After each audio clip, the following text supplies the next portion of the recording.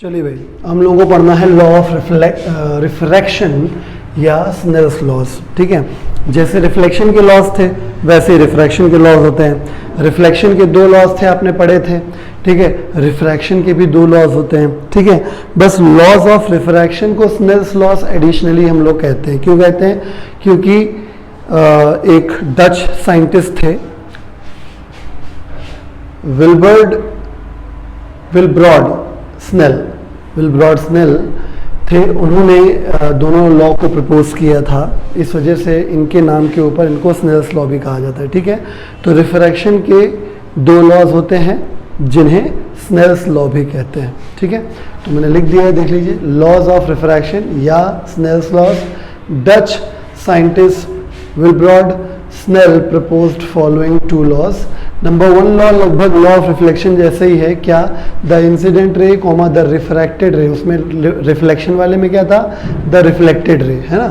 तो यहाँ पे incident ray, refracted ray and the normal at the point of incidence all lie in the same plane. ठीक है, हम पहले भी समझा चुके हैं, फिर दोबारा समझा दे रहे हैं कि देख लीजिए, अगर मान लीजिए ये एक प्लेन है और इसके अंदर ये हमने एक इंटरफेस बनाया है। इस प्लेन के ऊपर, इस इंटरफेस के ऊपर एक मीडियम है, मीडियम 1, वो नीचे एक दूसरा मीडियम है, मीडियम 2।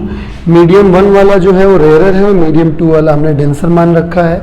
तो ए पॉइंट से रे चली, ओ पॉइंट पे गिरी, तो AO इज द इंसिडेंट रे, O is the point of incidence.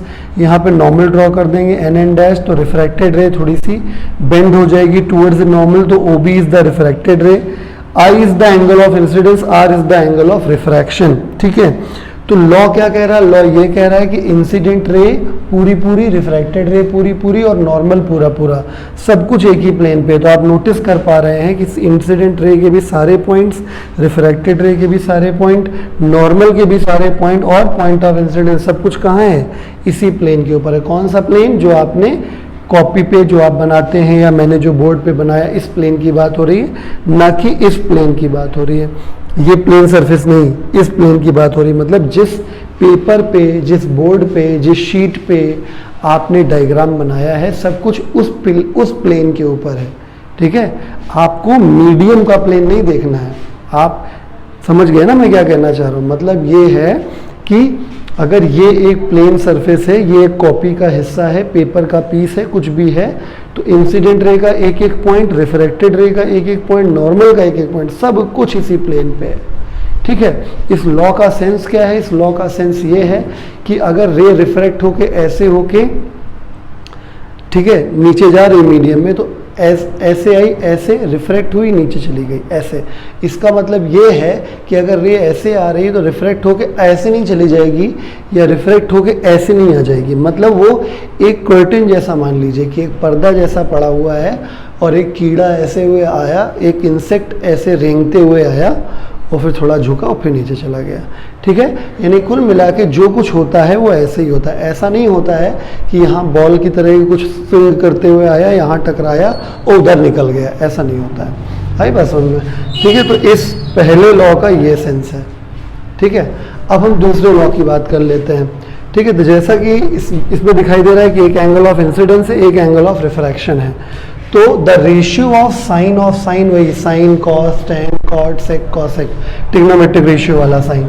तो ratio of sine of angle of incidence I to the sine of angle of refraction R is constant for the given pair of media. यानी mathematically, यानी अगर मैं sign I लिखूं और sign R लिखूं और medium वही रहे, यानी ये मीडियम 1 जो है और जो मीडियम 2 है, अगर वो फिक्स रहे, तो हम I कुछ भी ले लें, R इस तरीके से सेट होगा कि sine I upon sine R जब भी करेंगे वो हमेशा कांस्टेंट ही आएगा।